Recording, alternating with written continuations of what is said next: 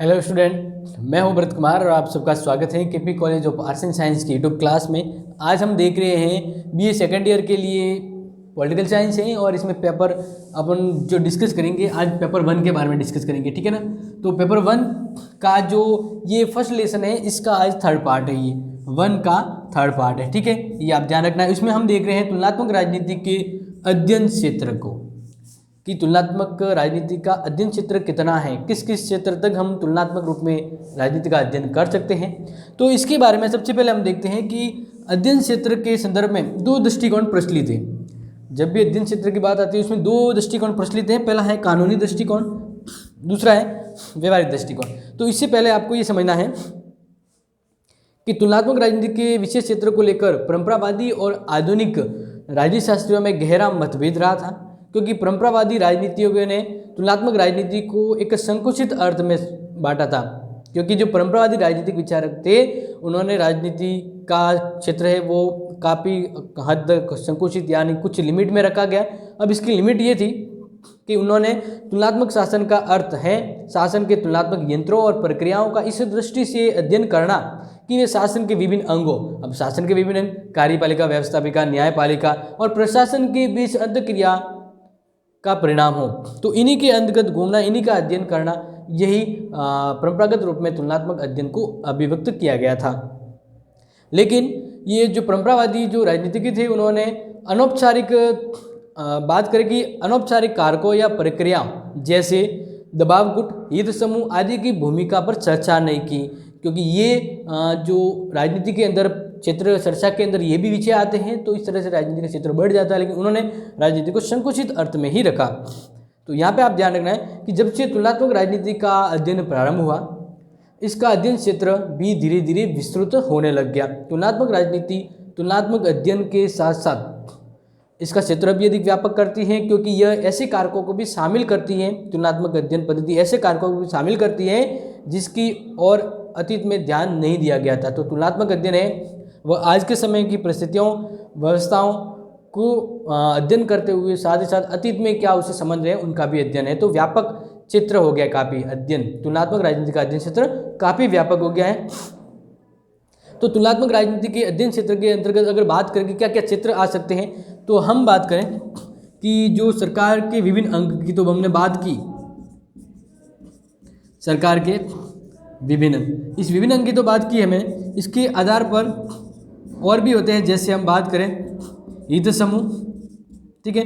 बारी बारी से हम पॉइंट में मैं यहाँ पे लिख रहा हूँ, आपको ध्यान से समझना है। हित समूह, राजनीतिक दल, राजनीतिक दलों के बारे में भी चर्चा होती है, और विधायी व्यवहार,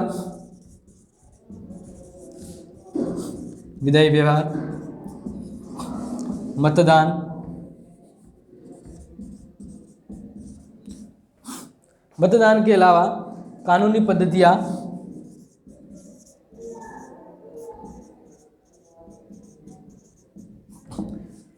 पद्धतियाँ, लोक प्रशासन। तो ऐसे मतलब काफ़ी क्षेत्र हैं जो राजनीति के अंतर्गत आते हैं, उनका अध्ययन किया जाता है। इसके अलावा भी जैसे मैं आपको यहाँ पे बता रहा हूँ कि राजनीति परिवर्तन और आधुनिकीकरण, ये क्षेत्र भी इसमें शामिल है। तो अब हम बात करें कि राजनीति परिवेश के साथ साथ प्राकृतिक रचना, राजनीतिक मूल्यों, राजनीतिक विचारधाराएं और राजनीतिक संस्कृति का भी अध्ययन होता है। तो काफ़ी हद तक बड़ा हो गया। अब इसका एक क्लासीफाई क्षेत्र क्या है उनके बारे में हम चर्चा करेंगे। लेकिन ये जो राजनीति का जो अध्ययन होता है, ठीक है ना, इनके हमारे सामने टोटल रूप में दो दृष्टिकोण हमारे सामने आते हैं। पहला है कानूनी दृष्टिकोण, दूसरा है व्यवहारिक दृष्टिकोण। तो तुलनात्मक राजनीति में कानूनी दृष्टिकोण का मतलब होता है कि जो राजनीति है वह विभिन्न देशों की सरकारों और उनकी संस्थाओं और साथ ही साथ देश की विभिन्न राजनीतिक संस्थाओं का अध्ययन जो करती है वो कानूनी परिप्रेक्ष्य में करती है कि फलाने राज्य में संविधान कैसा है, इस राज्य में संविधान कैसा है। तो वो उन संविधान को ध्यान में रखते हुए अलग अलग देशों की संस्थाओं और उनकी व्यवस्थाओं को अध्ययन किया जाता है। तो वो कानूनी दृष्टिकोण हो गया। क्यों? क्योंकि इसमें संविधान को ध्यान में रखते हुए उनके कानूनी दृष्टिकोण, उनके कानूनी रूप, उनके कानूनी नियम व्यवस्थाओं को ध्यान में रखा गया, उनको ही महत्व दिया गया। तो इस तरह से ये कानूनी दृष्टिकोण होता है और इस तरह से राजनीति का तुलनात्मक अध्ययन एक तो बनता है, अलग अलग अध्ययन विधि होती है, अलग अलग अध्ययन क्षेत्र बनता है। फिर बात करें दूसरा तुलनात्मक राजनीति का एक दूसरा दृष्टिकोण जब आता है तो व्यवहारिक दृष्टिकोण। अब व्यवहारिक दृष्टिकोण में तो आप समझ गए व्यवहार, लोगों का व्यवहार। तो लोगों का व्यवहार है वो काफ़ी हद तक व्यापक होता है।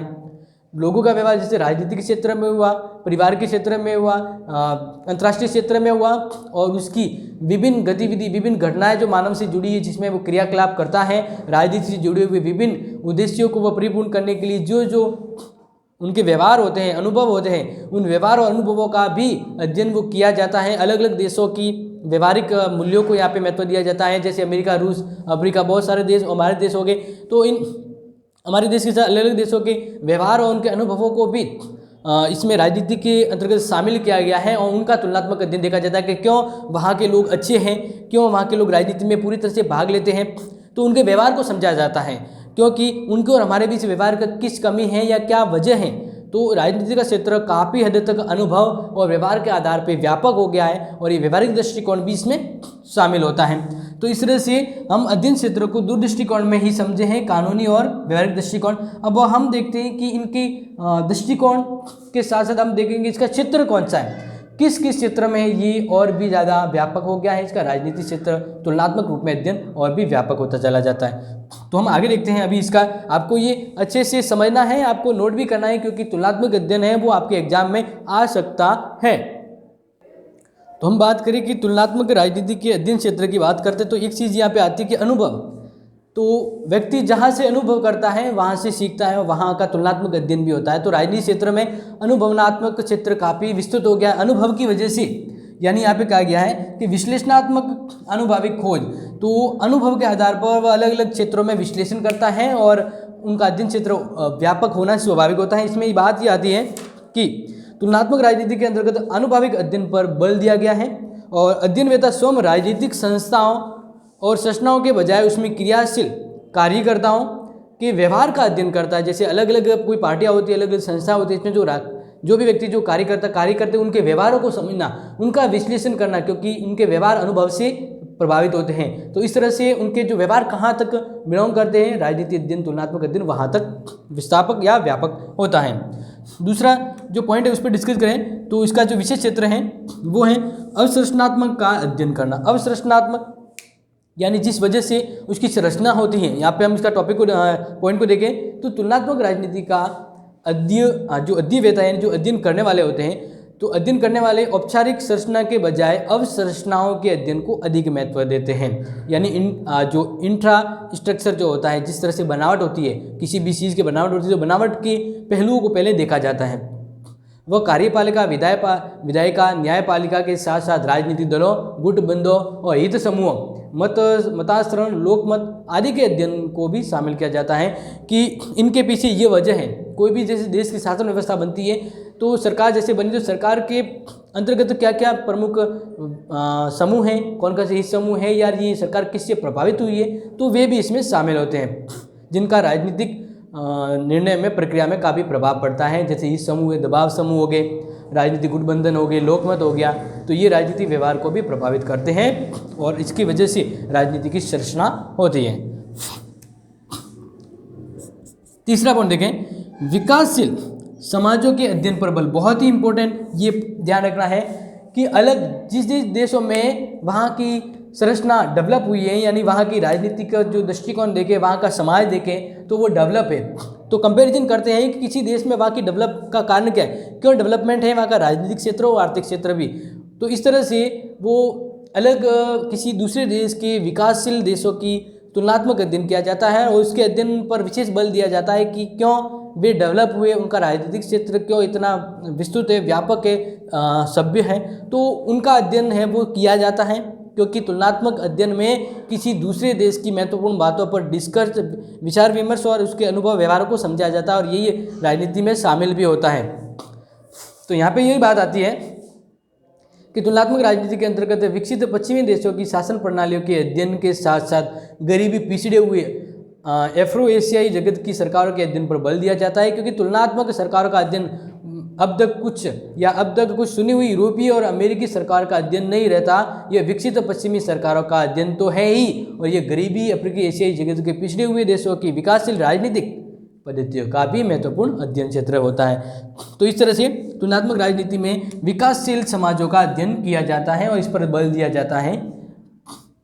आगे देखते हैं, नेक्स्ट पॉइंट है अंतशास्त्रीय उपागम। बिल्कुल ध्यान रखेंगे क्योंकि तुलनात्मक राजनीति में जो इसका क्षेत्र आगे जितना व्यापक होता है उसमें अध्ययन क्षेत्र होता है अंतशास्त्रीय उपागम को भी शामिल किया जाता है, क्योंकि तुलनात्मक राजनीति के अंतर्गत समाजशास्त्र, मनोविज्ञान, अर्थशास्त्र, नर्स विज्ञान, जीव विज्ञान आदि का भी अध्ययन होता है और लेखकों ने अधिक से अधिक इन उपकरणों का अध्ययन भी किया है। और इसमें समाजशास्त्र के साथ साथ मनोविज्ञान यानी साइकोलॉजी, अर्थशास्त्र, नरविज्ञान और यहाँ तक कि जीव विज्ञान जैसे प्राकृतिक विज्ञानों से भी राजनीति विज्ञान ने कुछ ग्रहण किया है। तो राजनीति जहाँ तक अनुभव करती है उस क्षेत्र तक जाकर अपना अध्ययन है वो विस्तारित करती है, अनुभव करती है और ग्रहण भी करती है। तो तुलनात्मक राजनीति के क्षेत्र में विद्वानों द्वारा अंतशास्त्रीय उपागम अपनाने का कारण यही कहा जा सकता है कि राजनीति शास्त्र के क्षेत्र में एक प्रकार की क्रांति आ गई है, एक प्रकार का एक नया संसार हुआ है जहाँ पर उसकी अध्ययन क्षेत्र विस्तारित हो रहा है। नेक्स्ट जो आता है कि राजनीति क्षेत्र में मूल्यवहीन राजनीतिक सिद्धांत को प्रमुखता दी जाती है। मूल्यवहीन, इसमें ध्यान रखें कि तुलनात्मक राजनीति का संबंध वस्तुओं के आदर्श, किसी भी वस्तु के आदर्श से न होकर उसके वास्तविक रूप से होता है, क्योंकि जो आदर्श होते हैं वो व्यवहारिक और आदर्श जो रूप होते हैं वो व्यवहारिक से काफ़ी दूर होते हैं। व्यवहारिकता और आदर्श का तालमेल बहुत नहीं हो पाता बहुत जगह पे। तो यहाँ पे ये वापस डिस्कस या पॉइंट को दोहरा रहा हूँ कि तुलनात्मक राजनीति का संबंध वस्तुओं के आदर्श रूप से न होकर उसके वास्तविक रूप से होता है, क्योंकि तुलनात्मक राजनीति में मूल्य मुक्त राजनीति सिद्धांतों से मुक्त से राजनीति है वो मूल्य युक्त सिद्धांतों का स्थान ग्रहण करती है।